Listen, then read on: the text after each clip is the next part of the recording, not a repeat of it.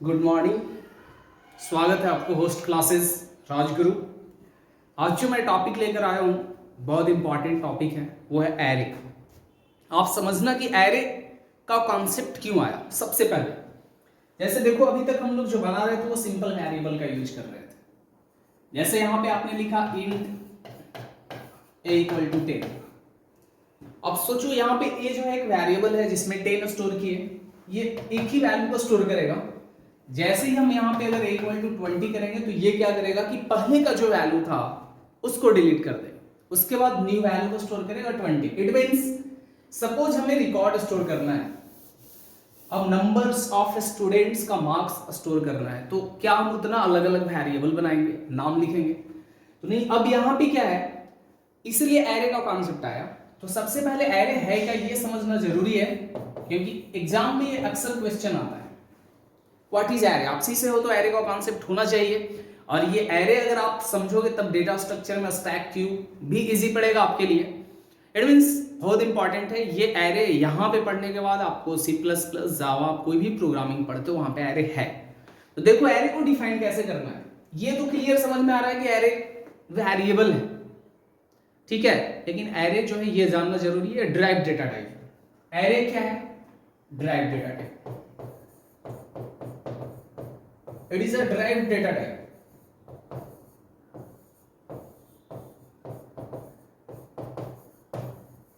अब होता क्या है, ये एक से ज्यादा वैल्यू को स्टोर करता है। एक से ज्यादा वैल्यू हम एक ही वेरिएबल में स्टोर करेंगे, लेकिन सेम डेटा टाइप का। याद रखिएगा कि अगर इंटीजर टाइप का है तो सिर्फ इंटीजर ही स्टोर करोगे, फ्लोट नहीं स्टोर करोगे। इसी डिसएडवांटेज के चलते स्ट्रक्ट का भी कॉन्सेप्ट है जो आगे बात करूंगा।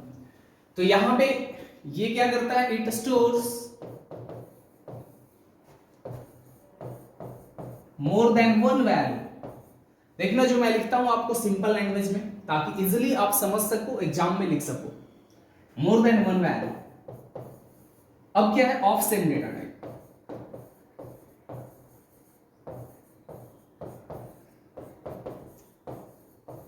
अब क्वेश्चन आता है मन में कि भाई ये डिसाइड कैसे होगा?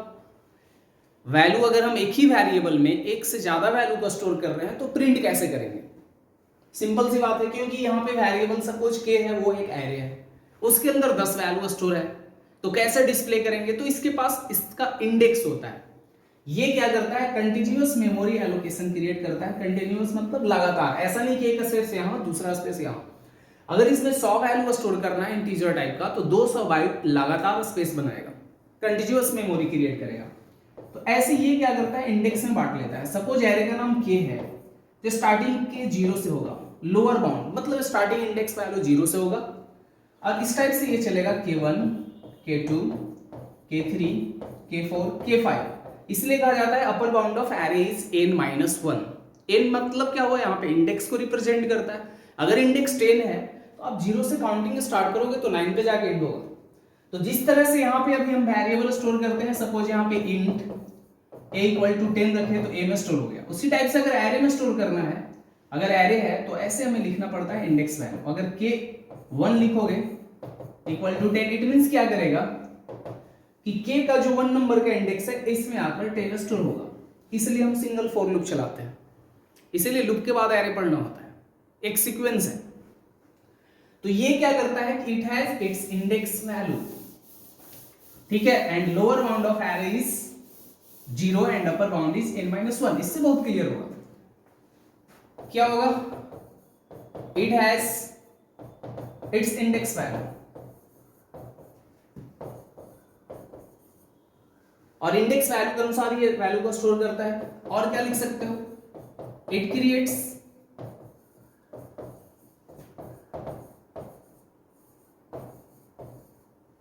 ये क्रिएट करता है कंटिन्यूअस मेमोरी एलोकेशन, लगातार, जो अभी मैंने समझाया एग्जांपल के थ्रू।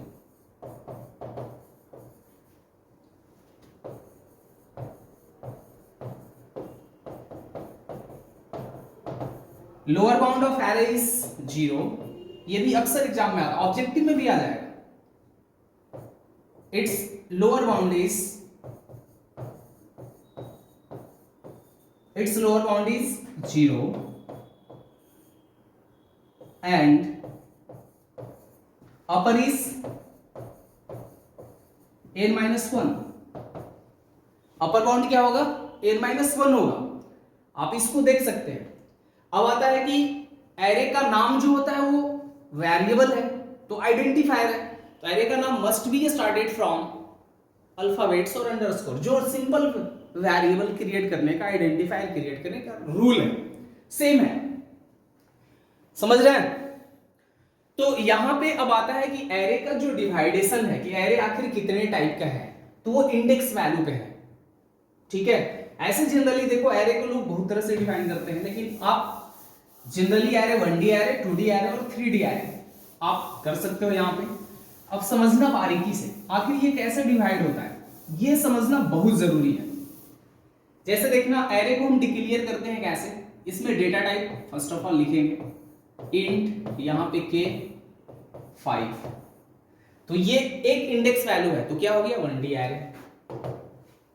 गेटिंग? इसमें अगर हम दो इंडेक्स वैल्यू लगा दें तो 2D एरे हो गया, 5 into 5 का बन जाएगा, बहुत सो सिंपल। अगर भाई तो इसमें 3 इंडेक्स वैल्यू लगा दो तो 3D एरे, जिसको मल्टी डायमेंशन भी बोलते हो। लेकिन अभी क्या है कि 5 मैट्रिक्स बनाएगा 5 into 5 का।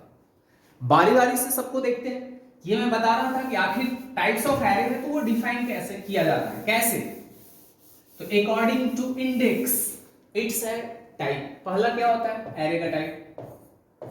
1D array. 1D एरे मतलब 1 डायमेंशन एरे। सेकेंड में क्या है? 2D array. उसके बाद यहां पे देखेंगे 3D एरे। क्लियर है?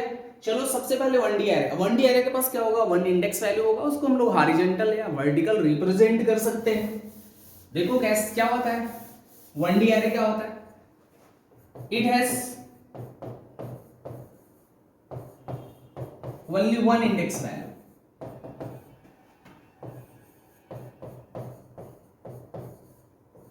It has only one index value। इसके पास क्या है? एक ही इंडेक्स वैल्यू है। ठीक है, उसके बाद क्या लिखेंगे? इट इज रिप्रेजेंटेड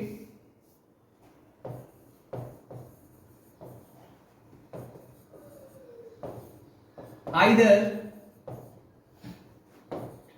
vertical और हॉरिजॉन्टल। इसको या तो हम लोग वर्टिकल रिप्रेजेंट करेंगे या हॉरिजॉन्टल रिप्रेजेंट करते हैं। ठीक है, अब कैसे क्रिएट करते हैं? अब यहां पे देखना कि how to declare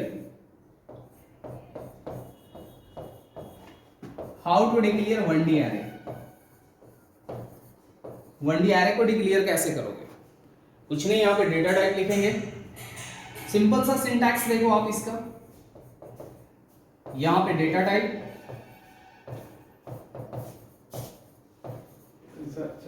data type होगा, चाबी वही पैकेट में लगा हुआ है।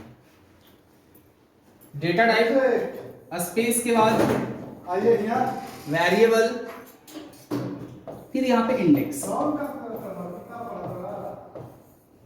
सेमीकोलन। ये क्लियर है? चलो मैं और इसका एग्जाम्पल यहां पे लिखता हूं ताकि मैं इसको डायग्राम बना सकूं।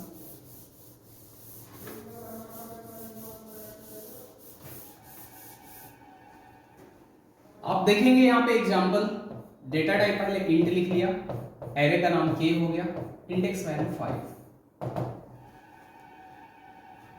ये हो गया हाउ टू डिक्लेयर। अब क्या करेगा कि ऐसे के बनाएगा जिसका 1 2 3 4 5 इंडेक्स होगा।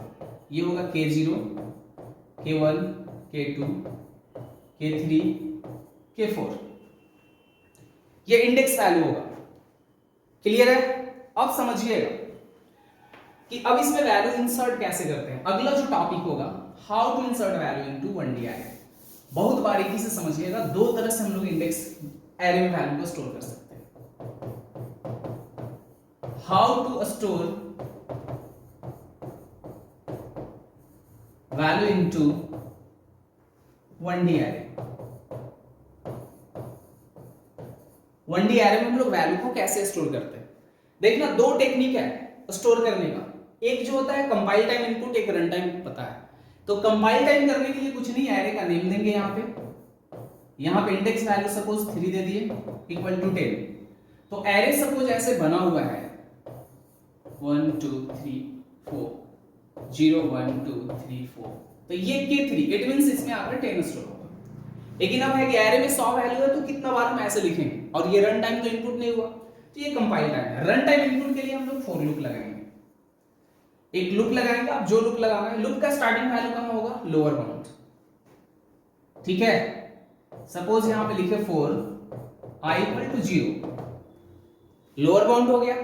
अब कहां तक चलेगा, लेस देन चलाओगे सिर्फ, तो अपर बाउंड n तक चला लो, आप 5 तक चलाओ। अगर यहां पे इक्वल टू लगा देंगे तो फिर ये जो 5 है वो n-1 होगा, इट मींस 4 हो जाएगा। ऐसे इक्वल टू तो 4, ध्यान देना, ये इक्वल टू हटेगा, यहां पे 5 हो जाएगा, क्योंकि ऐसे भी एक कम चलना है। After that i plus plus, ध्यान से समझेंगे। और यहां ओपनिंग कर ले ब्रैकेट। आप चाहो तो ये मैसेज ऊपर भी लिख सकते हो कि enter the value into array, आप यहां भी लिख सकते हैं इंटर वैल्यू।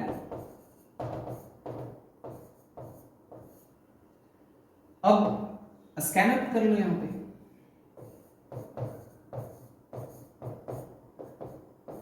%d, क्योंकि एक बार में एक ही वैल्यू आएगा।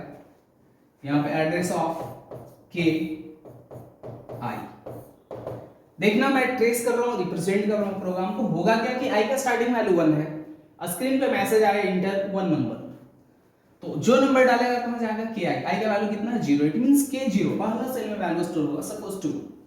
आफ्टर दैट यहां से फिर जाएगा ऊपर, तब तक i का वैल्यू 1 हो जाएगा, तो i 1 होगा तो लेस देन इक्वल टू 4 है, तो फिर मैसेज आएगा इंटर अ वैल्यू।